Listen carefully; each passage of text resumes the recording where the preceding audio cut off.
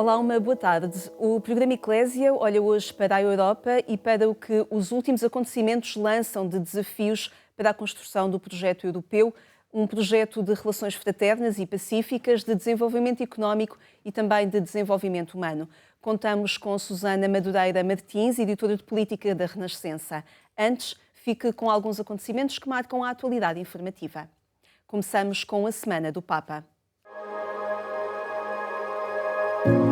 Cari fratelli e sorelle, buongiorno.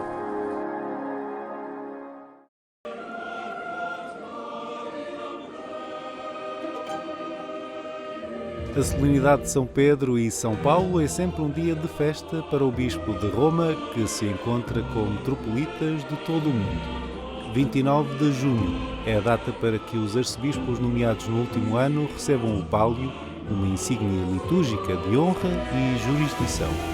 Em 2024, a celebração contou com a presença do Patriarca de Lisboa, Dom Rui Valério. Oggi gli arcivescovi metropoliti nominati nell'ultimo anno ricevono il Palio. In comunione con Pietro e sull'esempio di Cristo, porta delle pecore sono chiamati ad essere pastori zelanti, che aprono le porte del Vangelo e che con il loro ministero contribuiscono a costruire una Chiesa e una società dalle porte aperte. Já perante os peregrinos reunidos na Praça de São Pedro, Francisco quis refletir sobre a imagem das chaves, associada ao primeiro Papa, como sinal de um ministério de autoridade que Jesus confiou para servir toda a Igreja, sem mecanismos ou fechaduras de segurança. La missione che Gesù affida a Pietro non è quella di sbarrare le porte di casa permettendo l'accesso solo a pochi ospiti selezionati, ma di aiutare tutti a trovare la via per entrare nella fedeltà al Vangelo di Gesù. A tutti possono entrare. Pedro e Paulo, colunas da Igreja Romana, deram a sua vida em nome de Cristo e foram mortos por causa da sua fé. Uma realidade que se mantém ao longo dos séculos. Oggi si ricordano i protomartiri romani. Anche noi viviamo in un tempo di martirio, ancor più dei primi secoli. In varie parti del mondo tanti nostri fratelli e sorelle subiscono discriminazione e persecuzione a causa della fede, fecondando così la Chiesa. Altri poi affrontano un martirio a guanti bianchi. Sosteniamoli con la nostra preghiera e lasciamoci ispirare dalla loro testimonianza di amore per Cristo. O cuidado pastoral dos doentes é a intenção de oração do Papa para o mês de julho. No es un sacramento solo para aquellos que están a punto de morir. No, es importante tener esto claro. Cuando el sacerdote se acerca a una persona para darle la unción de los enfermos, no está necesariamente ayudándole a despedirse de la vida. Pensar así es renunciar a toda esperanza. Es dar por sentado que después del cura llega el enterrador. Recordemos que la unción de los enfermos es uno de los sacramentos de sanación, de curación, que sana el espíritu. Durante este mês de julho foram suspensas, como habitualmente, todas as audiências do Papa, que inicia assim um período de férias. Francisco vai ainda fazer uma viagem na Itália, este domingo, para encerrar a 50ª Semana Social dos Católicos em Trieste. E non dimenticatevi di pregare per me. Arrivederci.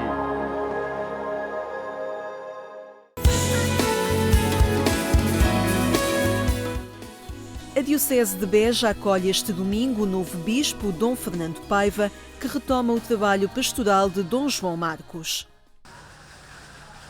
A Diocese de Beja é um território em transformação. A agricultura intensiva, o regadio, o turismo que se acentua no litoral alentejano. Um desafio a que a Igreja não pode ficar indiferente e que será trabalho pastoral para o novo bispo que vai ser ordenado este domingo na Catedral da cidade. Dom Fernando Paiva chega com a disponibilidade para o serviço e a vontade de aprender. Então trago antes de mais uma disponibilidade inteira de quem vem neste sim que dei ao Senhor e que dei também à Igreja ao assumir esta missão que a Igreja me confia. Basicamente esta disponibilidade inteira de quem se quer entregar ao serviço desta diocese. Este domingo, Beja também se despede do pastor que a guiou desde 2016. Foi nessa altura que Dom João Marcos sucedeu a Dom António Vitalino. Nesta hora, reconhece que não deixa uma herança fácil. Deixo uma diocese pobre de gente, digamos, uma diocese também pobre de recursos. Deixo uma diocese que está a reencontrar-se. Houve dois acontecimentos que, enfim, marcam este tempo que eu passei aqui. Um foi a extinção do Departamento de Arte Sacra e também em relação aos assuntos económicos. Portanto, havia aqui uma situação que se prolongou demasiado e que neste momento a coisa está clara. Portanto, nestas duas coisas, digamos,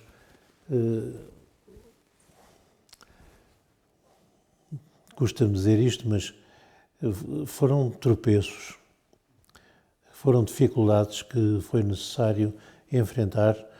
Dom João Marcos deixa a diocese com a confiança que sente no novo bispo. Estou muito contente com a eleição do Dom Fernando. Já conhecia um bocadinho e agora tenho falado bastante com ele. Vejo que é um homem cheio de amor à Igreja e muito competente, com muitas qualidades. Penso que é o bispo que fazia falta aqui agora. Dom João regressa a Lisboa, disponível para continuar a missão onde esta lhe for pedida. Também com a vontade de retomar a paixão pela pintura. A maior parte disto. Isto de ser bispo, como me tinha dito o Dom Serafim, quando fui feito bispo, assim, Dom João, esquece os pincéis agora durante 10 anos. Enfim. Vai ser o tempo de voltar aos pincéis agora? Acho que sim. Acho que sim. Este domingo, às 17h40 na RTP2, o programa 70x7 olha a realidade pastoral e humana desta diocese do Baixo Alentejo.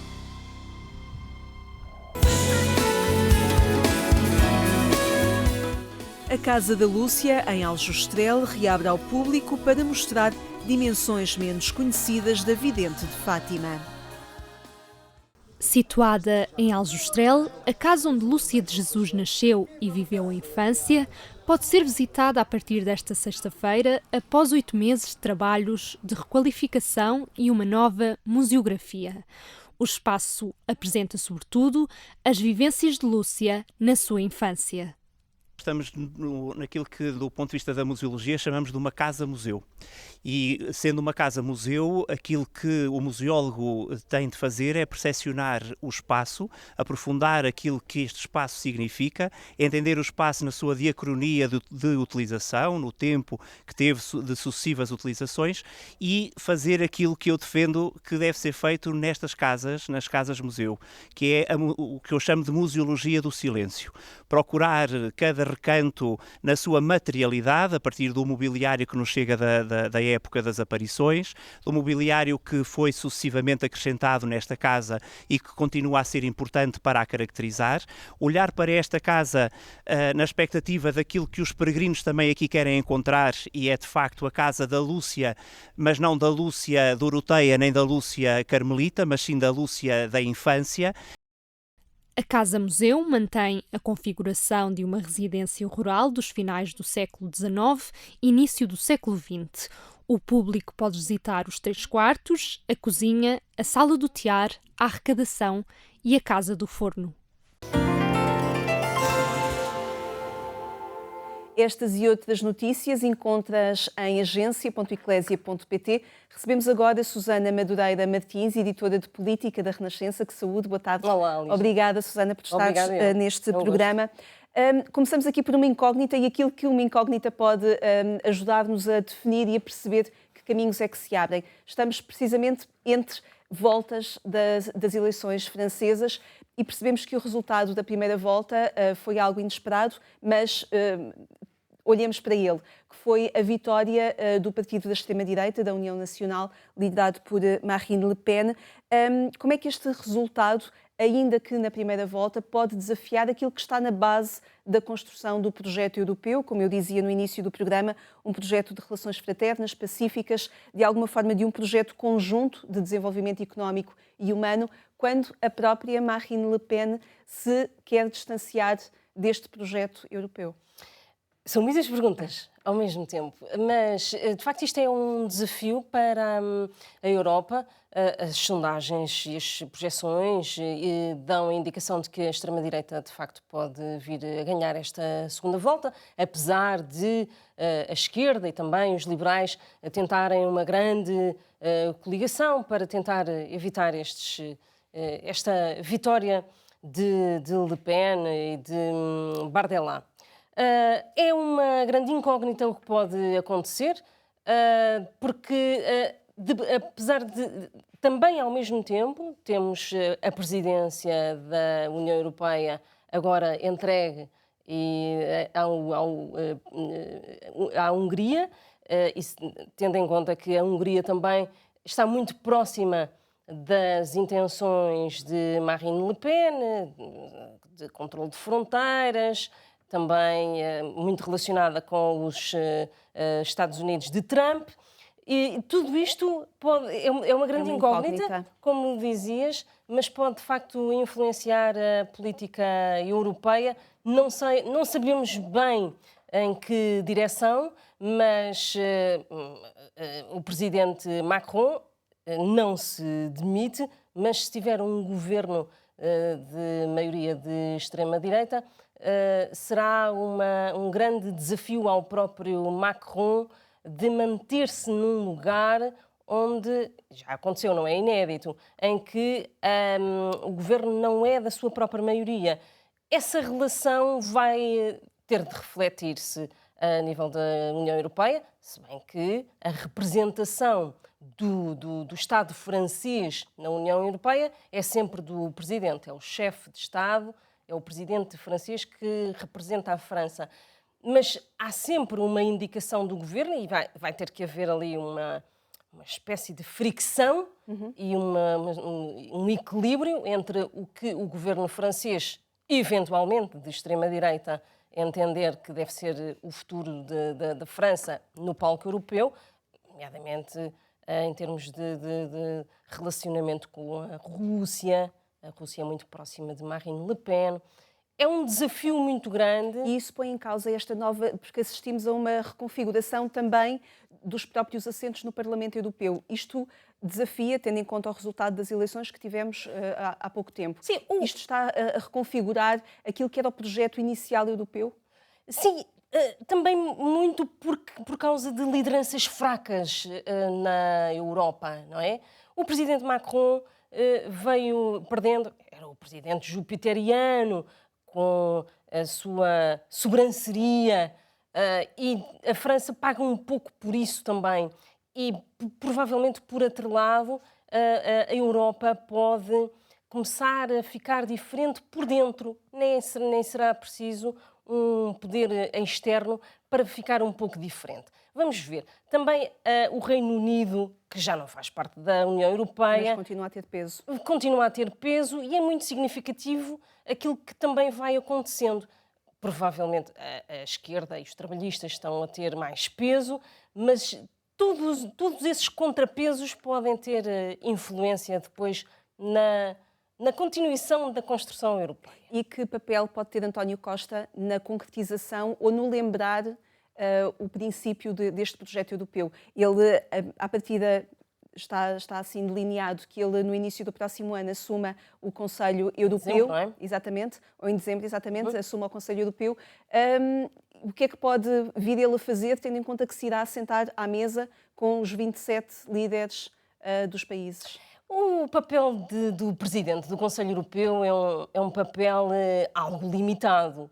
O papel executivo, verdadeiramente legislativo, é da Comissão Europeia e, em parte, depois do Parlamento Europeu, que dá seguimento ou não ao que vem da Comissão.